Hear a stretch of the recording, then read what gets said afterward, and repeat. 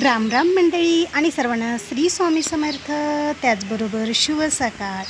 आता बघा इकडं सकाळ सकाळी मस्त असं ऊन पडलेलं आहे आणि इकडं सूर्यदेवाचं खूप वरीपर्यंत आगमन पण झालेलं आहे.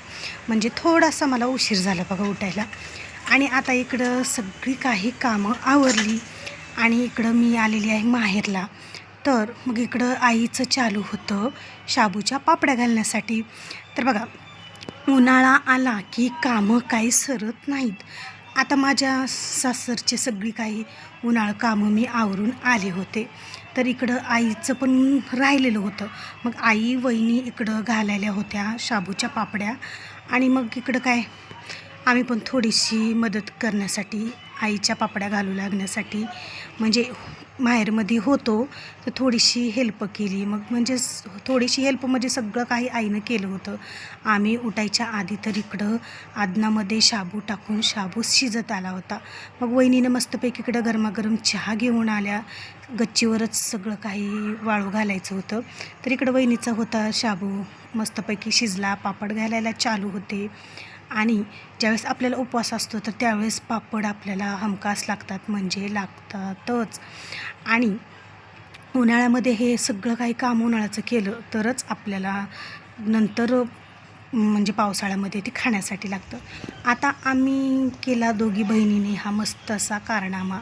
म्हणजे पहिल्यांदाच ट्राय केलं आणि एकदम भारी झालं बरं का. आता कुरवड्या तर म्हणजे आईसोबत म्हणजे आमच्या सासूसोबत आम्ही कुरवड्या करायचो. पण ह्यावेळेस बघू तर म्हणलं आपल्याला सेपरेट करता येतं का. तर मग आईंना म्हणजे सासूंना विचारूनच सगळं काही म्हणजे गव्हाचं हे केलं होतं. आणि मग इकडं थोडंफार आपल्या मनाचं पण करून कुरवड्याचा गहू भिजू घातलं. छानपैकी गहू भिजला आणि पांढऱ्या शुभ्र अशा कुरवड्या पण एकदम भारी अशा झाल्या. प्रयत्न केला म्हणून एकदम छान अशा कुरवड्या पण झाल्या. आता इकडं माझ्या मोठ्या बहिणीनं म्हणजे मोठ्या ताईनं इकडं धोंडे जेवण केलं होतं. तर पहिलं धोंडे जेवण आज माझ्या बहिणीकडंच होतं. तर मी सुट्ट्यासाठी इकडं बहिणीकडेच आले होते. तर मग मस्तपैकी गरमागरम पुरणपोळ्या इकडं चालू होत्या बनवायला.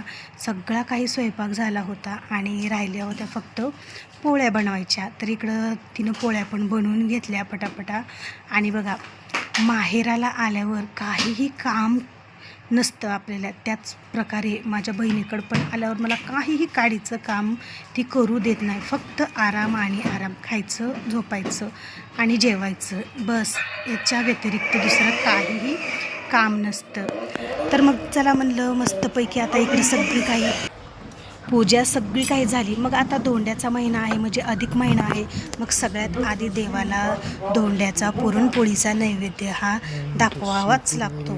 तर मग इकडं ताटाखाली भरीव चौकोन काढून भरीव मंडल काढून घेतलं आणि नंतर 3 वेळेस गायत्री मंत्र म्हणून नंतर ओम प्राणाय स्वाहा, व्याणाय स्वाहा, समनाय स्वाहा, उदानाय स्वाहा, ओम ब्रह्मा आणि अमृतत्वाय स्वाहा असं म्हणून देवाला नैवेद्य पण ठेवला. आणि मग छान प्रकारे नैवेद्य दाखवून घेतला. आणि आता सगळ्यांनी मिळून इकडं जेवण पण करायचं आहे. आणि बघा ज्यावेळेस आपण पुरणाचा स्वयंपाक असो काहीही असो सगळ्यात आधी आपल्या घरामध्ये देवाला हा नैवेद्य दाखवला जातो. आमच्या इकडं तर तशीच बघा परंपरा आहे म्हणजे पद्धत आहे की जो काही दररोजचा पण आम्ही ना दररोजचा पण स्वयंपाक जो केलेला असतो तर सगळ्यात आधी आमच्या सासू आईला सवयच आहे की स्वयंपाक केलेला देवाला दाखवायचा नंतर आपण खायचा. तर अशीच आम्हाला पण सवय लागलेली आहे. आणि मग हे धोंड्याचा महिना अधिक महिना होता आणि मग देवाला तर धोंडे आवर्जून दाखवावे लागतात. तर मग देवाला नैवेद्य दाखवला आणि छान प्रकारे इकडं आम्ही जेवण घेतलं. आणि मस्तपैकी बहिणीच्या हातची गरमागरम असं पुरणपोळी आणि मस्तपैकी स्वयंपाक इकडं खाण्यासाठी घेतला. आणि सगळ्यांनी मिळून छान असं जेवण केलेलं. आणि त्याचबरोबर इकडं स्वयंपाक पण इतका भारी झाला होता ना, पोळ्या पण एक नंबर. मग आता जेवण झालं. आता आईच्या घरी गेलो होतो. मग आई मस्तपैकी वहिनीनं इकडं चहा बनवला, चहा घेतला. आणि मग नंतर वहिनीचा आता संध्याकाळचा बेत होता वहिनीचा की ह्या घोळची जी भाजी आहे तर ह्या घोळच्या भाजी इकडं बनवायचे होते मस्तपैकी घोळच्या भाजीचे मुटके. आता तुम्ही घोळच्या भाजीचे मुटके बघा खाल्लेच असतील कारण आता अशा म्हणजे आजकाल ना गुळाचे मुटके जास्त करून बनवले जात नाहीत, पण आमची आजी का नाही सारखं बनवायची. आजी म्हणा आई सारखं बनवत होती. तर त्याच प्रकारचे गुळाचे मुटके इकडं बनवले. त्याचबरोबर इकडं चपाती, भाजी, रस, कोबीची भाजी, वरण असा पण स्वयंपाक इकडं बनवला होता. आणि अशा प्रकारे सगळ्यांनी मिळून जेवण पण केलं आणि तोपर्यंत इकडं मुटके पण शिजायला चालू होते. नंतर आम्ही गरमागरम गुळाच्या भाजीचे मुटके पण खाल्ले.